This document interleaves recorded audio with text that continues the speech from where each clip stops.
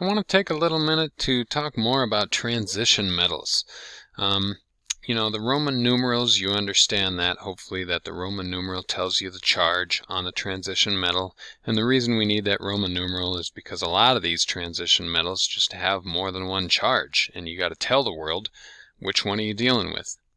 But there are a couple of interesting situations that pop up when dealing with them, so let's take a look. 3 examples. Cobalt 3, find it on the periodic table here. Cobalt III is CO3+. Make sure that that's a lowercase o, otherwise you have carbon and oxygen. And then we got to find nitrate. Now the 8 tells me that it's polyatomic. That's not a single element. So I'm going to look down for the N's in this list, and there is nitrate. I see nitrate is NO3. And that chunk of atoms, that polyatomic ion, has a -1 charge. That's barely visible right there. So now I got to make sure that my charges balance out. Well, if I have 3 positives and 1 negative, then I need more negatives. Always go to the smaller side. Now I have 3 positive and 2 negatives. Not good enough yet. So there I drew another one. Now I have 3 positives and 3 negatives. So now I'm balanced out and I can write the final formula. So CO, NO3, that's a capital O this time. There's only one CO, so I'm not going to put a subscript there. There are 1, 2, 3 nitrate ions, so that needs to go in parentheses, and I put another 3 on the outside. Okay? Don't be fooled into thinking that this is 3 nitrate ions. Right there, that 3? No, no, no. Nitrate is NO3. There are 3 NO3s. Get me? So that's interesting. Okay, that wasn't too bad with regards to the transition metal, right? The complication there was a little bit more to do with the polyatomic ion. Let's go in the reverse direction, though. This is where it does get interesting. Here I have a formula, and I need to write the name. And V is vanadium.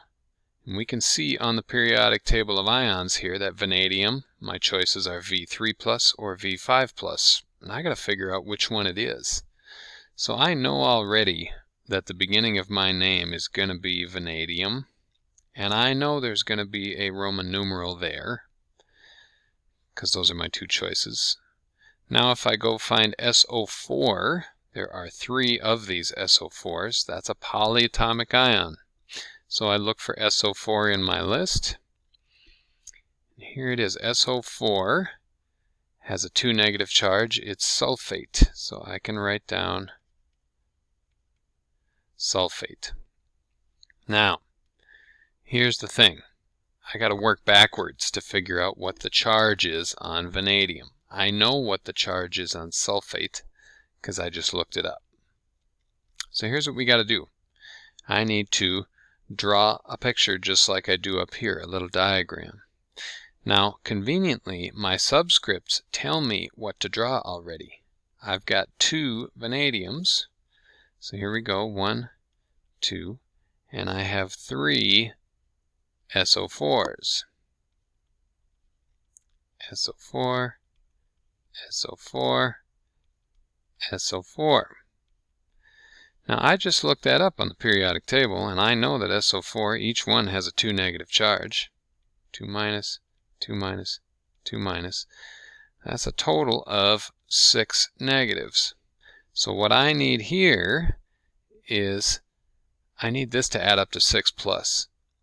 Well, I know ahead of time, I can just figure this out in my head right now, that 3 plus 3 is 6, and that will give me 6 plus. So let me go check the periodic table and look at that. There is a V3 plus. So this must be the one. See, if I used V5 plus instead, then the pluses and the minuses wouldn't cancel out, and that would be wrong. So I know now that this is vanadium 3 sulfate. Okay. So just like when we were going in the from the name to the formula up here, we drew a picture. We did the exact same thing down here, but we just kind of worked backwards to puzzle out what the charge might be. Here's another one. Dividing line is right here. Fe. I found that. Here it is. It's iron. And look, we could either be iron 3 plus or iron 2 plus. So that's iron something. Don't know yet.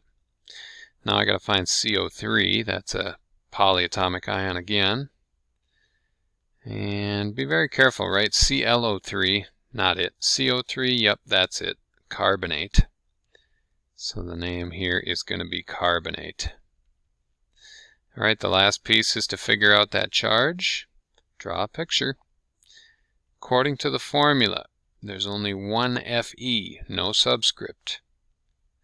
And then it's tempting to do something like this, because it says CO3, right? Should I write 3 COs? Well, no. There is no CO in my list of polyatomic ions. Okay? That's not a thing. What is a thing is CO3. We just found out that that's carbonate. Okay?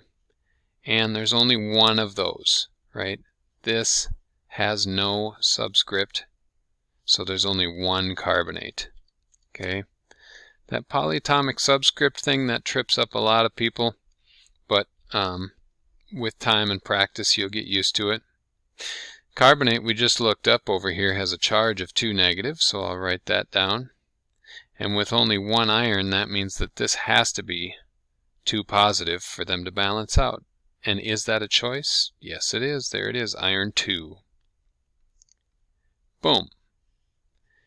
Could you tell by looking at this formula that it was iron 2? No, you couldn't. You have to draw that picture. You have to check the charges and get it figured out so that they balance out.